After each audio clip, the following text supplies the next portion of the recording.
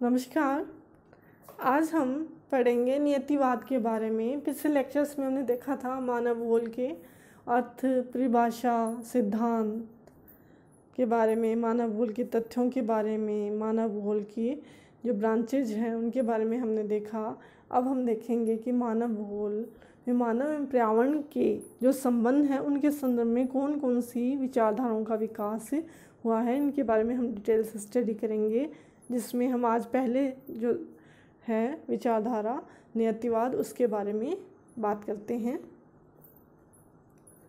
मानव भूगोल मानव एवं वातावरण संबंधों का अध्ययन है। जैसा कि हमने अभी तक जो पढ़ा है कि मानव भूगोल में मानव और पर्यावरण किस प्रकार आपस में अंतर संबंधित है और किस प्रकार आपस में अंतर्क्रिया करते हैं, या मानव वातावरण से किस प्रकार से जो है संबंधित रहता है, मानव किस प्रकार क्रिया करता है, वातावरण का प्रयोग करता है और भूदृश्यों का विकास करता है का अध्ययन मानव भूगोल में किया जाता है।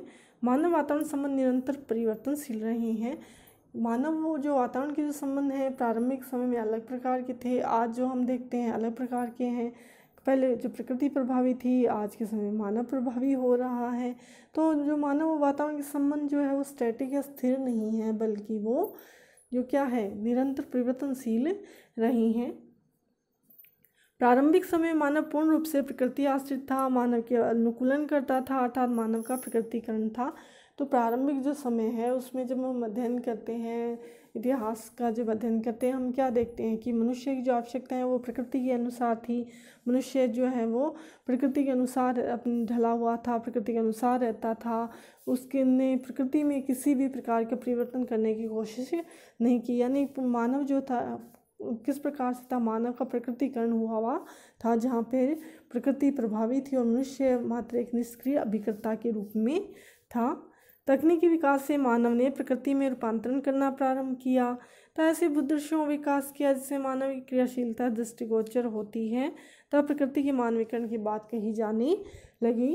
तो जैसे जैसे 17वीं 18वीं शताब्दी आते आते विभिन्न प्रकार के आविष्कार किए गए, तकनीकी जो ज्ञान था उसमें विस्तार हुआ, मानव का जो बौद्धिक जो ज्ञान है उसमें विस्तार हुआ, उसका विकास हुआ। मनुष्य ने हमने उस तकनीक के सहायता से प्रकृति में परिवर्तन शुरू कर दिया, प्रकृति को चेंज करना शुरू कर दिया, अपने अनुसार ढालना शुरू कर दिया। और इसके साथ ही ऐसे भूदृश्यों का विकास हुआ जहाँ पर प्रकृति का कोई नियंत्रण नहीं था, बल्कि मानव जो है वो प्रकृति पर जो है प्रभावी दिखाई दे रहा था। तो इसको देखकर जो उस समय जो विद्वान थे, विशेषकर जो फ्रांसीसी जो विद्वान थे, उन्होंने कहा कि जो प्रकृति का मानवीकरण हो गया है, नहीं मानव का प्रकृतिकरण नहीं है बल्कि प्रकृति का मानवीकरण होने की बात कही जाने लगी। मानव वातावरण के बदलते संबंधों के संदर्भ में विभिन्न विद्वानों ने अलग अलग मत प्रस्तुत किए हैं, जिसके कारण मानव भूगोल में मानव पर्यावरण संबंधों में कुछ विचारधाराओं का विकास हुआ जो निम्नलिखित है। मानव और वातावरण के जो संबंध है वो निरंतर चेंज होते रहे हैं। इसके साथ विभिन्न विद्वानों ने अवलोकन के द्वारा अलग अलग मत प्रस्तुत किए हैं। किसी के अनुसार प्रकृति जो है वो अधिक प्रभावी होती है, किसी कोई और कई विद्वानों ने ये कहा कि नहीं मनुष्य अधिक प्रभावी है। किसी ने मध्यम मार्गीय जो है वो रुख अपनाया कि नहीं दोनों ही प्रभावी हैं, दोनों ही आपस में संतुलित अवस्था में रहते हैं।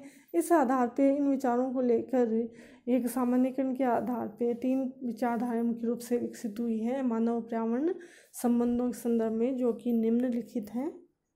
जो स्लाइड आपको दिखाई जा रही है उसमें है concept of man environment relationship, यानी मनुष्य और वातावरण के जो संबंध है उनकी जो विचारधाराएं कौन कौन सी है। पहली जो है वो डिटर्मिनिज्म है यानी कि निश्चयवाद, दूसरी है पॉसिबिलिज्म यानी कि संभववाद, तीसरी है नियो डिटर्मिनिज्म यानी कि नवनिश्चयवाद। आज हम बात करने वाले हैं निश्चयवाद या नियतिवाद के बारे में।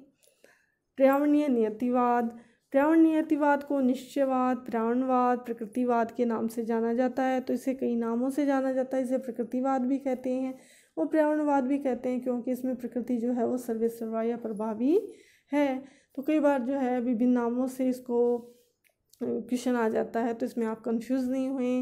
नियतिवाद है, चाहे वो निश्चयवाद है, चाहे वो पर्यावरणवाद है या वो प्रकृतिवाद है, वो चारों एक ही विचारधारा का नाम है जो कि प्रकृति को सर्वेसर्वा मानती है। पर्यावरणवाद के प्रणेता जर्मन भूगोलवेत्ता फ्रेडरिक रेटजेल है। यद्यपि हम देखते हैं कि जो है यूनानी विचारक है और इसके अलावा जो रोमन अरब जो विचारक हैं उनके जो विचारों में भी निश्चयवाद की झलक मिलती है, लेकिन इसका व्यवस्थित जो एक विचारधारा के रूप में जो विकास है वो किया था जर्मन विद्वान फ्रेडरिक रेटजेल द्वारा। इसीलिए फ्रेडरिक रेटजेल जो हैं उनको मानव भूगोल का पिता भी कहा जाता है और उनको निश्चयवाद का जनक भी कहा जाता है। नियतिवाद के अनुसार प्रकृति सर्वे सर्वथा मानव की स्थिति गुण है। नियतिवाद ये मानता है कि प्रकृति जो है वो सब कुछ है, सर्वे सर्वा है और मानव उसके सामने कुछ नहीं है, गौण है, नगण्य है। मानव की सभी गतिविधियां प्रकृति नियंत्रित होती है। नियतिवाद के अनुसार मनुष्य की जो भी क्रियाकलाप कर रहा है वो हर जगह हर समय वो प्रकृति पर आधारित है या प्रकृति उसको नियंत्रित कर रही होती है।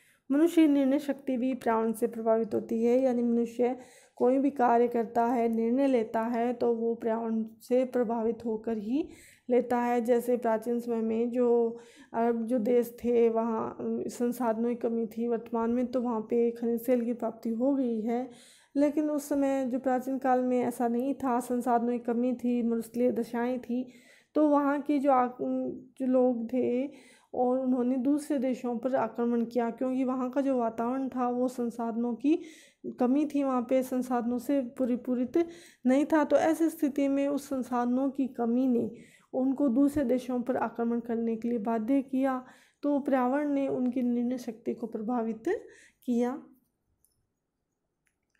इस विचारधारा के अनुसार पर्यावरण सर्वशक्तिमान है तथा प्राकृतिक शक्तियों के सामने मानव मात्र एक निष्क्रिय अभिकर्ता है। ये विचारधारा क्या मानती है कि पर्यावरण जो है वो सर्वशक्तिमान है और प्राकृतिक जो शक्तियां हैं उनके सामने मानव कुछ भी नहीं है, मात्र एक निष्क्रिय अभिकर्ता है जो केवल देख सकता है, कुछ कर नहीं सकता।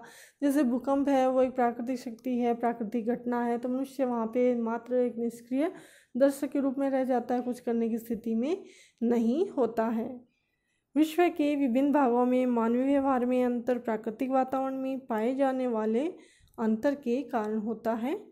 जैसे जायरे के पिग्मी, कालाहारी के बुशमैन, ध्रुवीय क्षेत्र के एस्किमोज का जीवन एक दूसरे से पूर्णतः पृथक है, जो कि पर्यावरण की भिन्नता के कारण है।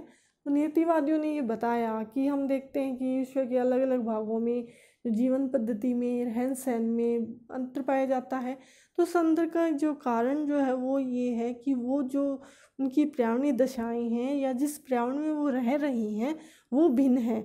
उसी भिन्नता की वजह से उनके जो जीवन स्तर में या उनकी जो व्यवस्था है, सामाजिक व्यवस्था में भी अंतर पाया जाता है। इसमें जैसे जायर बेसिन भूमध्य रेखा पर है जो कि, तो वहाँ पे जो पिग्मी है या ध्रुवीय क्षेत्र जो उच्च अक्षांशों में है वहाँ के जो एस्किमोज है, या डेजर्ट की हम बात करें कालाहारी जो मरुस्थलीय वहाँ के जो बुशमैन हैं, तो इनका जो जीवन है वो एक दूसरे से काफ़ी पृथक पाया जाता है। इनकी शारीरिक जो इनका स्वरूप है, इनके आर्थिक क्रियाकलाप है, सामाजिक जीवन है, वो पूर्णतः एक दूसरे से पृथक है। तो ये जो पृथकता है उस पृथकता की वजह वहाँ का वातावरण है, क्योंकि उनकी जो क्रियाकलाप है, उनके निर्णय है, वो सभी वहाँ के वातावरण से प्रभावित हो रहे हैं। अब क्योंकि इन सभी का वातावरण भिन्न भिन्न है तो निश्चित रूप से इनकी जो जीवन व्यवस्था है, इनकी जो रहन सहन है, खान पान है, क्रियाकलाप भी निश्चित रूप से भिन्न होंगे, जो कि प्राकृतिक शक्तियों के प्रभाव को दर्शाते हैं। मानव भूगोल में पर्यावरणवाद की अवधारणा प्रारंभिक समय से ही प्रचलित है। यूनानी, अरब, जर्मन विद्वानों ने इस संबंध में अपने विचार प्रस्तुत किए हैं। तो यदि हम जो देखें जो प्रारंभिक जो भूगोलविद हैं, भूगोलवेताओं के विचार यदि हम देखें तो उसमें हमें निश्चयवाद की झलक दिखाई देती है कि उन्होंने प्रकृति को ही प्रभावी माना है। लेकिन जैसे यूनानी है या अरब्स हैं, जो रोमन्स हैं, लेकिन जर्मन विद्वान हैं, उन्होंने इसको और अधिक जो प्रखर रूप में विकसित किया है। अब इस संबंध में अलग अलग विचारकों ने जो अपने विचार प्रस्तुत किए हैं या इसको जो है समझाने की कोशिश की है वो हम देखते हैं। जैसे हम देखते हैं अरस्तु जो कि यूनानी विद्वान थे, इन्होंने बताया है कि यूरोप के ठंडे प्रदेशों के निवासी बहादुर होते हैं, किंतु विचारों व तकनीकी कौशल की कमी पाई जाती है। इसके एशिया के लोग विचारवान व कुशल होते हैं लेकिन उत्साही नहीं होते। अरस्तु ने जो है बताया कि ठंडे प्रदेश के जो निवासी यानी यूरोप के वो कैसे होते हैं, बहादुर होते हैं, क्योंकि उनकी जो जीवन दशाएं वो कठोर होती है, लेकिन विचार व तकनीकी कौशल की उनमें कमी पाई जाती है। एशियाई लोग हैं, उनमें विचार और कौशल तो है लेकिन उत्साही नहीं होते, क्योंकि उनकी जो प्राकृतिक दशाएं इस प्रकार की है कि वो उनको आलसी या निष्क्रिय बनाती है। तो यानी कि उनका जो स्वभाव है, अरस्तु के अनुसार उनका जो स्वभाव है वो किस पर, उनकी जो जिस प्रावण में वो रह रही हैं उन पर आधारित होता है। स्ट्रैबो ने बताया है, प्रावण का प्रभाव को स्पष्ट करते हुए बताया, इटली के आकार, जलवायु एवं स्थानिक संबंधों ने रोमन साम्राज्य को फैलने एवं सुदृढ़ होने में सहायता की है। स्ट्रैबो ये रोमन भूगोलवेता थे। इन्होंने बताया कि इटली यानी रोमन साम्राज्य का काफ़ी विकास हुआ, जिसका केंद्र इटली था। तो उन्होंने बताया कि इटली का जो विकास है, रोमन साम्राज्य का जो विकास है, उसकी वजह इटली की स्थिति है। इटली भूमध्य सागर के मध्य में स्थित है, इटली का आकार भी इसी प्रकार का है, जलवायु जो है सम जलवायु है, अच्छी वहाँ की जलवायु है, स्थानिक संबंध जो है, इन्होंने रोमन साम्राज्य को बढ़ने में सहायता दी, क्योंकि भूमध्य सागर के मध्य है तो अन्य देशों से इसका संपर्क है, प्लस क्योंकि जो है महासागर जो सागर में है तो इसकी जलवायु भी अच्छी है, सम है, व्यापार की दृष्टि से भी इसकी अच्छी स्थिति है और दूसरे देशों में यहाँ से आसानी से जाया जा सकता था। तो उसकी स्थिति ने ही उसको जो है साम्राज्य को विकसित विस्तारित करने में सहायता प्रदान की है। हमबोल्ट ने अपनी पुस्तक कॉस्मोस, उनकी जो बुक है ये काफ़ी जो इम्पोर्टेंट बुक है उनकी, और जो भूगोल से संबंधित जो पेपर्स होते हैं उनमें बहुत बार ये क्वेश्चन पूछा जाता है कि कॉस्मोस बुक है वो किसकी कृति है, तो उसका आंसर होगा हमबोल्ट की। तो हमबोल्ट ने अपनी पुस्तक कॉस्मोस में पर्यावरण शक्ति को सर्वोपरि मानते हुए बताया कि भूमध्य सागरीय सभ्यता के विकास में वहाँ की जलवायु महत्वपूर्ण रही है, कि जो भूमध्य सागर के आसपास जिस सभ्यता का विकास हुआ है उसकी वजह वहाँ पे पाई जाने वाली जलवायु है। उस जलवायु के आधार पे ही उन्होंने सभ्यता का विकास को जो है व्याख्या की थी। फ्रेडरिक लिप्ले ने अपने सिद्धांत स्थान कार्य लोक के माध्यम से समाज पर पर्यावरण के प्रभाव को समझाया कि किसी स्थान का वातावरण उस प्रदेश में किए जाने वाले कार्य को निर्धारित करता है तथा कार्य द्वारा सामाजिक संगठन निश्चित होता है। फ्रेडरिक लिप्ले जो एक समाजशास्त्री थे, उन्होंने एक सिद्धांत दिया था स्थान कार्य और लोग, जिसमें उन्होंने बताया कि किसी भी जो स्थान है वहाँ पे कौन सा कार्य होगा वो स्थान की दशाएं निश्चित करती है, या उस स्थान के आधार पर ही वहाँ पे कार्य विकसित होगा, क्रियाकलाप होंगे और उन्हीं क्रियाकलापों के आधार पे वहाँ पे सामाजिक संगठन का भी विकास होगा। तो जो भी वहाँ पे भूदृश्य है या संगठन पाया जा रहा है वो अल्टीमेट किसका परिणाम है, उस स्थान की विशेषताओं का, उस स्थान की भौतिक दशाओं का, यानी कि वहाँ का जो वातावरण किस प्रकार है उसी आधार पे वहाँ कार्य होंगे, उन्हीं कार्यों के अनुसार वहाँ पे समाज का विकास होगा। पर्यावरणवाद की अवधारणा को बल देने में चार्ल्स डार्विन के सिद्धांत योग्यतम की उत्तरजीविता का महत्वपूर्ण योगदान रहा। इसका अभिप्राय यह था कि केवल वही जीव विकसित होते हैं जो पर्यावरण के अनुकूल अपने आप को ढाल लेते हैं, अन्यथा वे विलुप्त या नष्ट हो जाते हैं। तो पर्यावरणवाद की जो अवधारणा है उसको मुखर जो बनाया या उसको बल देने में चार्ल्स डार्विन जो है उनकी जो सिद्धांत था सर्वाइवल ऑफ द फिटेस्ट, या जिसे कहें योग्यतम की उत्तरजीविता, उन्होंने सिद्धांत दिया था। तो उसमें उन्होंने बताया कि सर्वाइवल ऑफ द फिटेस्ट यानी जो सबसे योग्य है वही जीवित रहेगा। कहने का मतलब ये है कि जो प्राणी जो जीव पर्यावरण के अनुसार अपने को ढाल लेगा, पर्यावरण के अनुसार अपने को अनुकूलित कर लेगा, वही जीवित रह सकता है, और यदि वो पर्यावरण के अनुसार अपने को नहीं डालेगा तो वो या विलुप्त हो जाएगा, वो नष्ट हो जाएगा। तो उन्होंने पर्यावरण को क्या बता दिया, प्रभावी बताया कि यदि आप पर्यावरण के अनुसार रहते हो तो आप जीवित रहोगे, यदि पर्यावरण के अनुसार जो जाति नहीं रहेगी वो नष्ट हो जाएगी। तो उसने निश्चयवाद की जो अवधारणा थी उसको और अधिक बल दिया कि मनुष्य जो है उसको क्या करना चाहिए, पर्यावरण के साथ अनुकूलन करना चाहिए, तभी वो जीवित रह सकता है। नीतिवाद के प्रतिपादक रैडजल महोदय ने जो है वो डार्विन की विचारधारा से प्रभावित थे और इसी विचारधारा प्रभाव के आधार पर उन्होंने इस सिद्धांत का प्रतिपादन किया था। इस विचारधारा का उन्होंने अपनी जो बुक है एंथ्रोपोजियोग्राफी, उसमें हमने मानव पर प्रकृति के प्रभाव को समझाते हुए लिखा है, हमारी बुद्धि, संस्कृति एवं सभ्यता की तुलना एक चिड़िया की स्वच्छंद उड़ान से नहीं की जा सकती। उसकी तुलना एक पौधे के तने से की जा सकती है, क्योंकि हम सदैव पृथ्वी से आबद्ध हैं। मानव अपना सिर आकाश में चाहे जितना ऊंचा क्यों न उठा ले, तथापि उसके पैर सदा धरती पर ही टिके रहेंगे तथा उसकी धूल प्रकृति में विलीन हो जाएगी। तो रैटजेल महोदय ने ये बताया, या उन्होंने अपने जो शब्दों में इसको समझाया है कि हमारी बुद्धि है, हमारी संस्कृति है, या हमने जो भी विकास किया है उसकी तुलना चिड़िया की स्वच्छंद उड़ान से नहीं की जा सकती। यानी जिस प्रकार चिड़िया स्वतंत्र होती है उस प्रकार मनुष्य जो है वो प्रकृति से स्वतंत्र नहीं है, बल्कि उसकी तुलना किससे की है उन्होंने? पौधे के तने से, कि पौधा का जो तना है वो क्या होगा, सदैव अपनी पृथ्वी से अपने आधार से जुड़ा हुआ रहेगा। यदि वो उस आधार से पृथक होता है तो वो नष्ट हो जाएगा। तो मानव अपना सिर आकाश में चाहे कितना ऊंचा न उठा ले, उसके पैर सदा धरती पर टिके हुए रहते हैं। जिस प्रकार पेड़ है, पेड़ का विकास, पौधा है, पेड़ बन जाता है, उसका विकास हो जाता है, उसकी शाखाओं का विकास होता है, वो शाखाएं बहुत ऊंचाई पे भी चली जाती है। लेकिन यदि उसका तना नष्ट हो जाए, तना यदि अच्छी अवस्था में नहीं है तो वो शाखाएं क्या है, शाखाएं नष्ट हो जाएगी।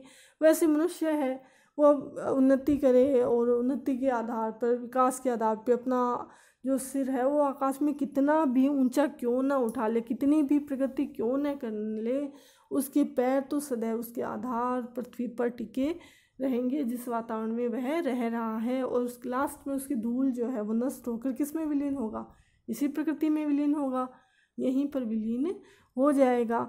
तो रैटजेल महोदय ने ये बताया कि मनुष्य जो है वो चाहे कितनी भी प्रगति कर ले, लेकिन उसको जो है वो अपने आधार से, अपने पर्यावरण से जुड़ा रहना होगा। यदि नहीं जुड़ा रहेगा तो वो नष्ट हो जाएगा। नियतिवाद की संकल्पना 1911 में चरम पर पहुंची, जब रैटजेल की शिष्या अमेरिकन भूगोलवेत्ता थी ये सैंपुल ने अपनी पुस्तक भौगोलिक वातावरण के प्रभाव में नियतिवाद का प्रबल समर्थन किया। सैंपुल ने मनुष्य को पृथ्वी तल की उपज बताया। सैंपुल ने प्राकृतिक वातावरण का नियंत्रण मनुष्य के केवल भोजन, वस्त्र, मकान एवं आर्थिक उद्योग पर ही नहीं, वरन उसके विचारों, भावनाओं एवं धार्मिक विश्वासों पर भी बताया है।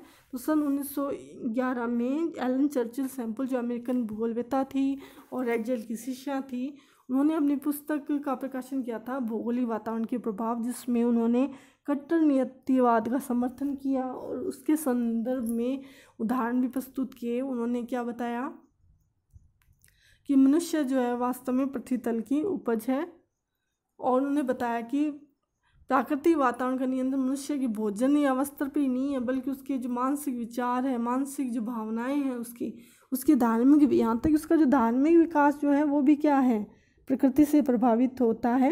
उन्होंने अपनी पुस्तक में लिखा है कि मनुष्य पृथ्वी तल की उपज है। इसका अभिप्राय केवल इतना ही नहीं है कि वह पृथ्वी की संतान है, उसकी धूल का कण है, किंतु यह भी है कि पृथ्वी ने उसे मातृत्व दिया है, उसका पालन पोषण किया है, उसके लिए कार्य निश्चित किए हैं, उसके विचारों को दिशा दी है, उसके सामने कठिनाइयाँ प्रस्तुत की हैं, जिससे उसके शरीर को बल मिला है तो उसकी बुद्धि तेज हुई है, उसे नौ संचालन अथवा सिंचाई की समस्याएं दी हैं, तो साथ ही साथ इन समस्याओं का हल भी बताया है।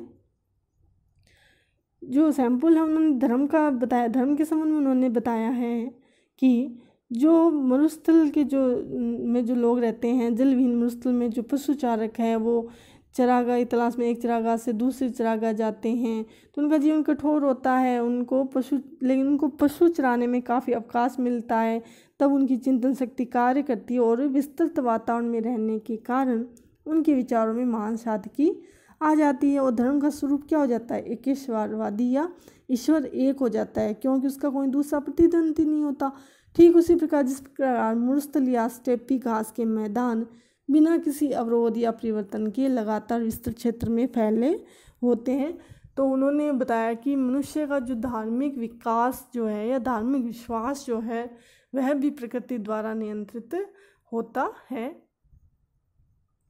अमेरिकन भूगोलवेत्ता हंटिंगटन, इन्होंने बताया कि सभ्यता के विकास में जलवायु की प्रमुख भूमिका होती है। उन्होंने बताया कि विश्व के विभिन्न भागों में जलवायु एवं मानवीय क्रियाकलाप संबंधित है। उन्होंने स्पष्ट किया कि समशीतोष्ण जलवायु क्षेत्रों में स्वास्थ्य, शक्ति, सभ्यता का उच्च स्तर पाया जाता है।